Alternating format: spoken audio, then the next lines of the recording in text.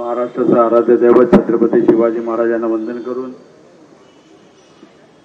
Bharat Ratna doctor Babasaheb Ambedkar, Hindu हृदय सम्राट शिवसेना प्रमुख बाळासाहेब ठाकरे आणि आमचे गुरुवर्य धर्मवीर आनंदीगे साहेब यांच्या स्मृतीस वंदन करून आज या ठिकाणी धडक मोर्चासाठी उपस्थित असलेले सन्माननीय शिवसेनेचे नेते आदरणीय भास्कर जाधव साहेब, सन्माननीय जितेंद्र आव्हाड साहेब, आमचे अविनाशजी जाधव, अभिजितजी पानसे, विक्रांत चव्हाण आणि मंचकावर असलेले सर्व पक्षाचे जिल्हा प्रमुख, जिल्हाध्यक्ष, महिला आघाडी आणि सर्व कार्यकर्ते बंधू आणि भगिनींनो, मी आपली 2च मिनिटं घेणार आहे कारण आपल्याला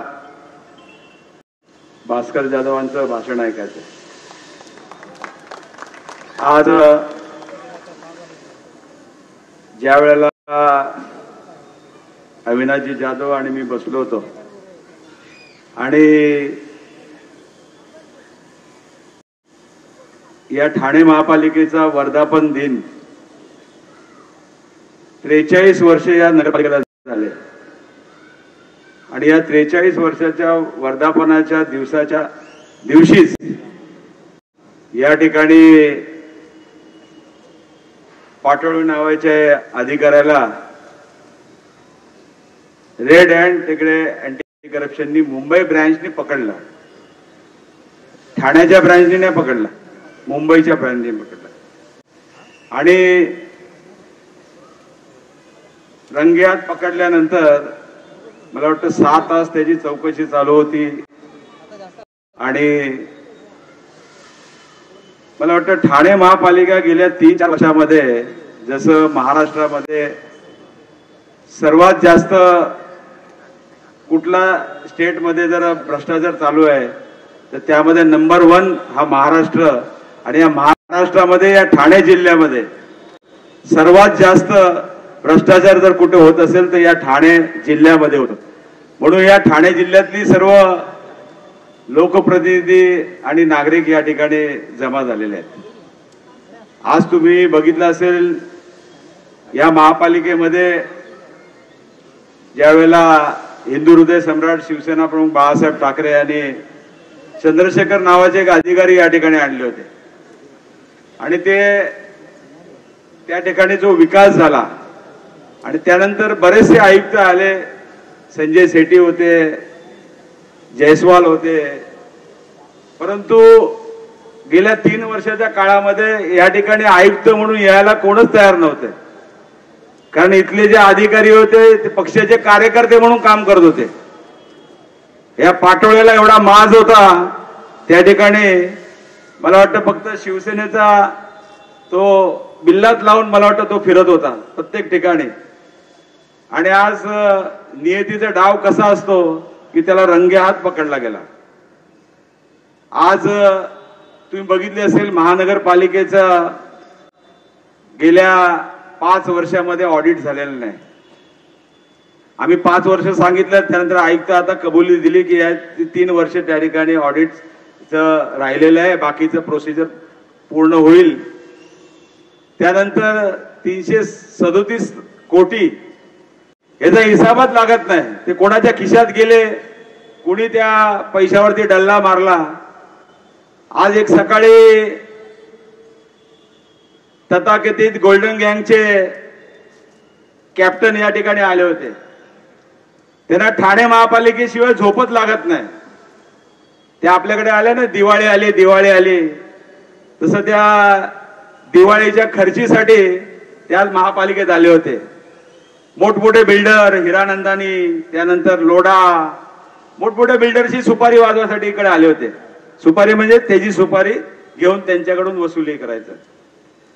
आता या गोल्डन गँगनी गेल्या 3-3.5 वर्षामध्ये या महापालिकेला एवढं लुटून खाल्लेलं आहे की सकाळी हा गेट सुद्धा वॉचमन नाही उघडत, तर गोल्डन गँगचा मोरक्या इकडे उघडतो आणि बंद पण तोच करतो. आज अख्खी महानगरपालिका लुटून खाल्लेली आहे. आणि आज कशा पद्धतीने, मला वाटतं मी जर त्याला आणला नसता, काँग्रेसमध्ये चालले होते प्रवेश. मला वाटतं आव्हाड साहेब इथे आहेत त्याचे उदाहरण. त्यानंतर या शिवाजी मैदानामध्ये त्यांचा प्रवेश होता. आणि ज्यावेळेला उद्धव साहेबांना, मला वाटतं आव्हाड साहेबांनी त्यांना सांगितलं की असा असा महाशय त्या ठिकाणी चाललेत, त्यावेळेला मला उद्धव साहेबांचा फोन आला आणि म्हणाले, अरे ते बघ जरा, तो तिकडे चाललाय, त्याला तू घेऊन ये. मी त्याच्या घरी गेलो, त्याला समजवलं. तेव्हा त्यांनी मला सांगितलं, मला हे देत आहेत, मला ते देत आहेत. आणि एकनाथ शिंदेच्या जाचाला कंटाळून तो, मला वाटतं तिकडे काँग्रेसमध्ये चालला होता त्यावेळेला. मार्गरेट आल्वा त्यावेळेचे मंत्री, आणि शिवाजी मैदानामध्ये प्रवेश होता त्याचा. पण माझा जुना मित्र, त्याला मी सांगितलं, अरे तू तिथे राहशील, तुला फडका मारायला पण ठेवणार नाहीत, तू ये, चल, साहेबांनी तुला बोलवलंय. नाही नाही, मला ते एकनाथ शिंदे असं करणार आहेत, तसं करणार आहे, मला मारणार आहेत, हे करणार आहेत. अरे बोलो, तुला कोण मारत नाही, तू ये बरोबर माझ्या. आणि त्याला घेऊन गेलो आणि त्याला सांगितलं, साहेबांनी त्याला हे केलं. त्यानंतर तो आदरणीय पक्ष प्रमुखांमुळे तो महापौर झाला. त्याचं भाषण आहे, मला वाटतं युट्यूबला काढून बघा जरा. त्यानंतर आज तुम्ही बघितलं असेल की हा गद्दार माणूस, या ज्या ठाणे महापालिकेची जी अवस्था केलेली असेल, त्याला सर्वस्वी जबाबदार ही मंडळी आहेत. आणि या गोल्डन गँगला जर हे करायचं असेल तर मला वाटतं सर्व जनतेने आज जे जशी जमा झालेत, ह्याच्या पुढे सुद्धा आपण रस्त्यावरती येऊन हे आंदोलन करणार आहोत. आज घोडबंदर वासियांच्या साठी मला वाटतं कित्येक आंदोलन झाले. 18 लोक मृत्युमुखी त्या ठिकाणी पडली. आणि आज त्या मनुष्यवधाचा गुन्हा, मला वाटतं त्या त्या अधिकाऱ्यांची कामं केलेली आहेत, त्यांच्यावरती गुन्हा दाखल झाला पाहिजे. कारण दर महिन्याला कडकी लागली की या ठिकाणी टेंडर काढायचं. आणि आज ठाणे उभाला काहीतरी 22 कोटीचं टेंडर काढले साहेब. आणि त्या 22 कोटीचं टेंडर कुठल्या कायद्यात बसत नाही, परंतु त्या ठिकाणी स्वतःच्या माणसाला ते टेंडर मिळण्यासाठी त्या ठिकाणी आयुक्तांवरती दबाव आणून ते टेंडर त्या ठिकाणी आज केलं. ठाणे उभाला फ्रंट पेजला ती बातमी आहे. मला वाटतं आता पत्रकार सुद्धा थकले, त्यांचे बातम्या देऊन देऊन देऊन देऊन दररोज काही ना काहीतरी प्रताप चालू असतं. आणि तुम्ही बघितलं असेल की आज या ठाणे जिल्ह्यामध्ये कशा पद्धतीने या ठिकाणी काम चालू आहे. आज ठाण्याला मुख्यमंत्री म्हणून त्यावेळेला मिळाले, पण त्यांच्या कारकिर्दीमध्ये काय केलं त्यांनी? त्यांच्या कारकिर्दीमध्ये शिवसैनिकांची घरं तोडली, त्यानंतर कार्यकर्त्यांवरती खोट्या केसेस टाकल्या. ए तू इकडे येतो का, तुझी केस काढतो. रात्री लॉकअप मधून उचलून घेऊन आले होते. म्हणजे पोलीस यंत्रणा सुद्धा हातबल झालेली आहेत. आज महापालिकेचे आयुक्त एवढे हातबल झाले होते की या ठिकाणी त्यांचा दोष नसताना या सर्व गोष्टीच्या त्यांना ऐकून घ्याव्या लागल्या.